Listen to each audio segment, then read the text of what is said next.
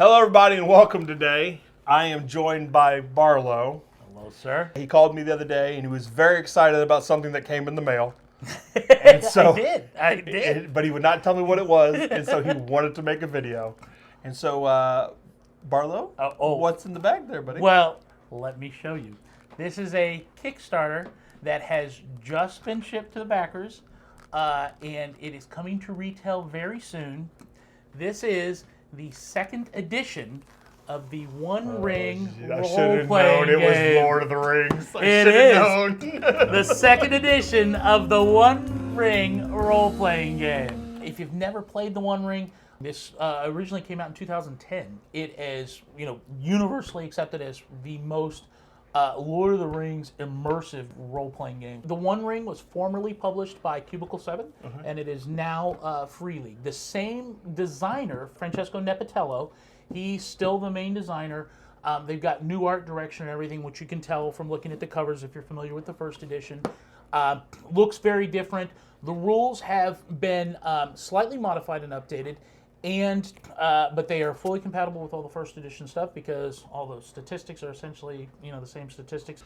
That is the collector's core book. This is the starter box. This is the GM screen with the Rivendell book, and these are the dice. Also included, I just packaged them away in the box, are the cloth maps that they've done. There is one of Eriador, and there is one of the Shire that were packaged up. The starter set has everything you need to start playing. It has pre-generated characters, and it's all in the Shire. So you play a hobbit in the Shire with the One Ring second edition rules. So the stuff that you get is pretty straightforward. So the first thing you can see, all of this equipment. If you're familiar with the game, you'll recognize some of this right away. Is this filled out, or did you already fill out a character? Nope, this is filled out. They give them to you filled out because these are pre-made characters. It looks like a pen. There's 3 booklets. There's the rules, the adventures, and the Shire booklets. Even if you don't plan to play the adventure, this is the booklet that details the Shire and all the information. This is the quick start rules, which have all the core rules necessary for the game. On the inside of the top of the lid of the box, it's kind of like all the critical things you need as a lore master is what they call it. So you can set it up if you want to use like a GM screen, lore master screen. Yeah. Comes with equipment cards. It's all the equipment that's in the game, and it's a nice, easy way that you can share with your players. A couple of the things, there's multiple copies, like there's multiple copies of the sword. It comes with the special dice. These are combat stance cards, and on the other side of the combat stance cards, they have your travel function card. Here's a map of Middle-earth that you will need. So what are we looking? The Shire. Okay, this is the Shire on this side. What's on this side? This is the Eriador. Okay, Eriador? so this is So those are the 2 maps that are on those cloth maps that were printed out that we showed earlier. So that's the starter box. Okay.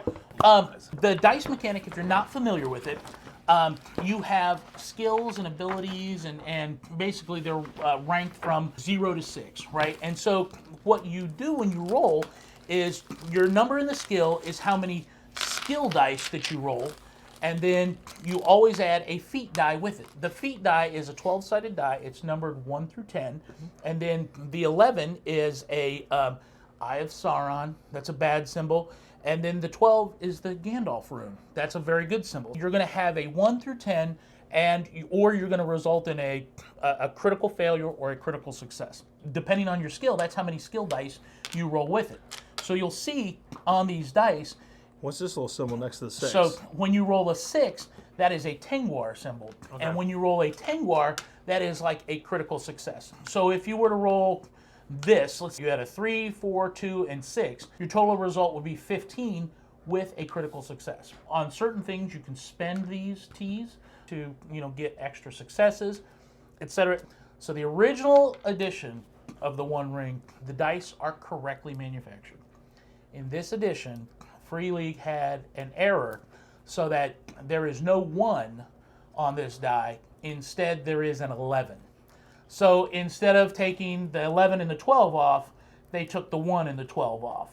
So now this is number 2 to 11. So Of course, while you're playing, anytime you see an 11, you just count it as 1.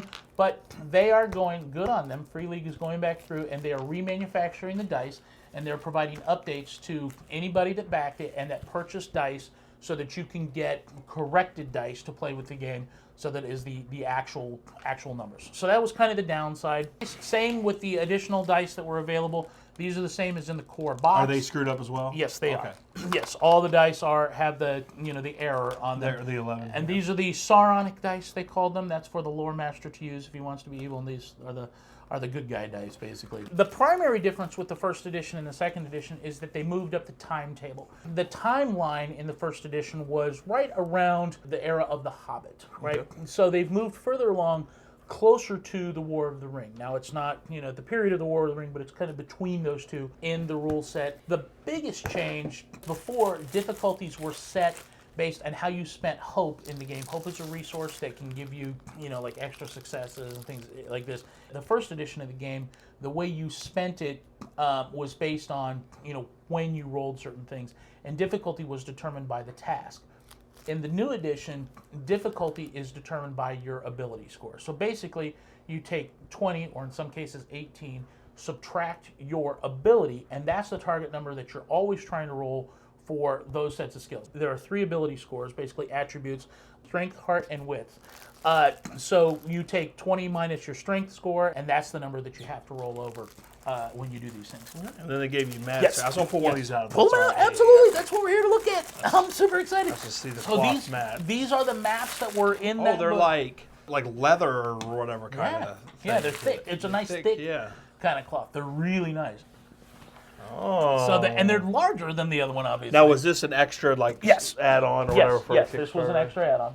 That is sweet. Yeah, right? And there's one of the Shire as well, just like on that other map. So the Game Master screen, open it up because there's something in there that's very important as well. So remember, in the core box there was the booklet that talks about the Shire. This one has one that talks about Rivendell. This is the book that is the Rivendell campaign. So just like there was the starter. Yes, just like the Shire one, there's one for Rivendell. There's Encountering Elrond. There's things at the Last Homely House, and there's also a High Elves of Rivendell culture that you can choose for a character. In the book? Yes, absolutely. Okay. You can choose that. And this is the kind of a nice quality GM screen, It really is. The art on it is great. Right? That is so cool looking. This has all the stuff that you need, while going through and understanding the 3 functions. There's councils, travel, and combat. This has the tables that you need in order to run all of those functions. Now, let's take a look at the collector's edition. The core one has a different book, and unfortunately, I didn't get both of them. There's a map in this piece, and if you flip to the back, the back Shire on the... No, there's the map, and this is the Lore Master's map that has hexes, which is part of the travel mechanic that you have to use. Because basically what happens is the Fellowship, they look at the other map and they plan where they're going to go. Your Lore Master sits down and says, okay, that's going to be these hexes through here. You determine based on the hexes what challenge ratings there are, based on the type of terrain they're going over. And you also see each one of those hexes is essentially a day's worth of travel. All the cultures are here. You can see the artwork. This group has got a new art director, and you can see it's completely different. Looks really cool. There's a mix of art between kind of the little vignettes that you see like here, and then kind of the colorful design that you have, which is more like what's on the cover of the other item that comes in here. There are, in this book, there is all the rules that you need.